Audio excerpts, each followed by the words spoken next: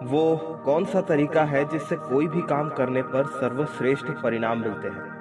सही तरीका। हर काम को करने का एक सही तरीका होता है और जब भी कोई काम हम सही तरीके से करते हैं तो सर्वोत्तम परिणाम मिलना निश्चित होता है। आइए आज जानते हैं कि हम कैसे अफर्मेशंस का पूरा लाभ उठा सकते हैं और किन बातों का ध्यान रखकर हम खुद के लिए पर्सनलाइज्ड अफर्मेशंस लिख सकते हैं।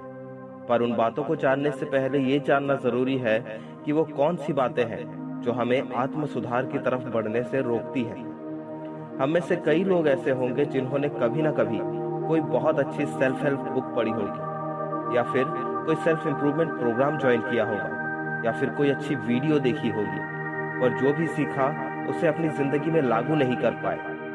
आत्म सुधार करने के ऐसे कई तरीके हैं जिनका लाभ कई सफल लोग उठाते हैं और ये भी निश्चित है कि अगर उन तरीकों को हम भी अपनी जिंदगी में लागू करें तो हमें भी लाभ मिलेगा। पर जब बात आती है कोई नई आदत डालने की तो जरूरत पड़ती है लगन की और आत्म त्याग की। और यही कारण है कि ये जानते हुए कि आत्म सुधार किसी भी सफल जीवन का कितना जरूरी हिस्सा है, हम इस पर ध्यान नहीं देते या फिर ध्यान नहीं दे पाते। हमारी रोजमर्रा की जिंदगी के काम करने में हम इतने व्यस्त हो जाते हैं कि खुद पर और अपने भविष्य पर निवेश करने के लिए समय निकालना मुश्किल लगने लगता है। और ऐसा इसलिए है क्योंकि कोई भी नया काम करने के मुकाबले जो काम हम रोज करते हैं उन्हें करना आसान लगता है। पर इसका मतलब ये नहीं कि जो काम हम रोज करते हैं वो आसान होते हैं। हम में से हर एक की जिंदगी में अलग अलग चुनौतियां हैं। बस रोज उन चुनौतियों का सामना करते करते हमने उनसे जीतने की आदत डाल ली है और इसलिए हमें वो काम आसान लगने लगते हैं। किसी भी आत्म सुधार सिद्धांत की सफलता इस बात पर निर्भर करती है कि उसे हम अपनी रोजमर्रा की जिंदगी का हिस्सा बना पा रहे हैं या नहीं। रोज एफर्मेशंस सुनने के लिए हमें अलग से समय निकालने की जरूरत नहीं है। कोई फर्क नहीं पड़ता कि एफर्मेशंस को सुनते वक्त हम उन पर ध्यान लगा रहे हैं या नहीं। आइए अब ये जानते हैं कि हम किसी भी परिस्थिति को लेकर खुद के लिए पर्सनलाइज्ड अफर्मेशंस कैसे बनाएं। इस प्रक्रिया का पहला कदम है कि हम खुद को सुने। पहले 2 दिनों तक हमें 2 काम करने हैं। पहला काम यह है कि हमें इस बात पर ध्यान देना है कि हम खुद से क्या बात करते हैं, चाहे अच्छे हों या बुरे। हमें हर उस विचार पर ध्यान देना है जो हमें ये बताते हैं कि हम खुद के बारे में क्या सोचते हैं। अगर सुबह जल्दी उठना पड़ा, या फिर आपको अपना पसंदीदा नाश्ता नहीं मिला, या फिर ऑफिस या कॉलेज पहुंचने में देर हो गई, या फिर जब भी कुछ भी ऐसा हुआ जो हमारे मन मुताबिक नहीं था, तो सुनिए कि उस बात को लेकर हमारे मन में कैसे विचार आते हैं। जो काम हम करने की सोच तो रहे हैं पर अभी तक किया नहीं है, उसके बारे में खुद से सवाल पूछिए। सुनिए अंदर से क्या जवाब आता है। जब भी कोई चुनौती सामने आती है तो मन में क्या ख्याल आता है। जब भी कोई मौका सामने दिखता है तो हमारी प्रतिक्रिया क्या होती है। देखिए कि मुश्किल की घड़ी में हमारी सोच हमें पीड़ित और प्रताड़ित महसूस करवाती है या फिर हमें ये बताती है कि ये मुश्किल एक मौका है कुछ बेहतर करने का। जब भी कोई मौका सामने आता है तो हमें डर लगता है या फिर खुद को परखने का मन करता है। ईमानदारी के साथ खुद को देखना है और इस सवाल का जवाब देना है कि हमारे ज्यादातर विचार सकारात्मक है या फिर निराशावादी।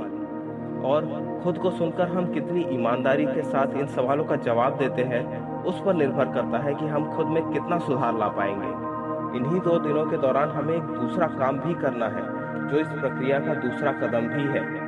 हमें अपने आसपास के लोगों को सुनना है जब वो खुद के बारे में बात करते हैं और परिस्थितियों और चुनौतियों के बारे में बात करते हैं। सुनिए कि कहीं ज्यादातर लोग कुछ ऐसी बातें तो नहीं कर रहे हैं जैसे मुझे नाम याद नहीं रहते, मुझे नहीं लगता ये काम करेगा, मेरे साथ हमेशा ऐसा ही होता है, मुझे तो टाइम ही नहीं मिलता, हाँ ठीक है, कट रही है जिंदगी, और ऐसा ही बहुत कुछ और। इस तरीके से बहुत जल्दी यह एहसास हो जाता है कि कैसे नेगेटिव सोच हमें जिंदगी को खुलकर जीने से रोकती है। हमारे मन का हर विचार हमारी मान्यताओं का प्रतिबिंब है। किसी की भी बातों को सुनकर हम ये पता कर सकते हैं कि उनकी मान्यताएं क्या है। जब मान्यताएं सकारात्मक होती हैं तो विचार भी सकारात्मक होते हैं और उनसे प्रभावित होकर जब हम काम करते हैं तो हमें अच्छे परिणाम मिलते हैं। किसी भी प्रभावशाली व्यक्ति में जीवन को लेकर उनके विचार सकारात्मक ही मिलेंगे और अपने विचारों और मान्यताओं को सकारात्मक बनाने की ये यात्रा हमें इस प्रक्रिया के तीसरे कदम पर ले आती है, जो है जो बातें हम खुद से करते हैं उनकी एक सूची बनाना। 10 ऐसी नेगेटिव बातों की सूची बनानी है जो हम अक्सर खुद से करते हैं या फिर सोचते हैं। इससे ज़्यादा भी बना सकते हैं, पर अगर 10 से भी कम है तो इसका एक ही कारण है, हमें और अच्छे से खुद को देखने की ज़रूरत है। और कम से कम खुद के 10 नेगेटिव विचारों की सूची बनाने के बाद ही हमें चौथे पड़ाव पर जाना है, जो है हमारी मान्यताओं पर बाहर से होने वाले प्रभावों को समझना।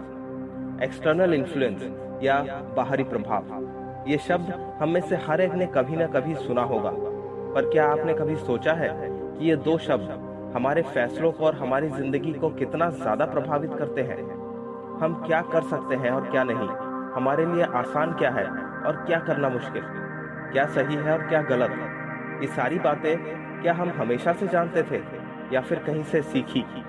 क्या आपको सच में लगता है कि सोशल मीडिया पे, न्यूज़ में, न्यूज़पेपर्स में और लोग जो बातें हमें बता रहे हैं वो सभी बातें हमेशा पूरी तरह से सच होती हैं?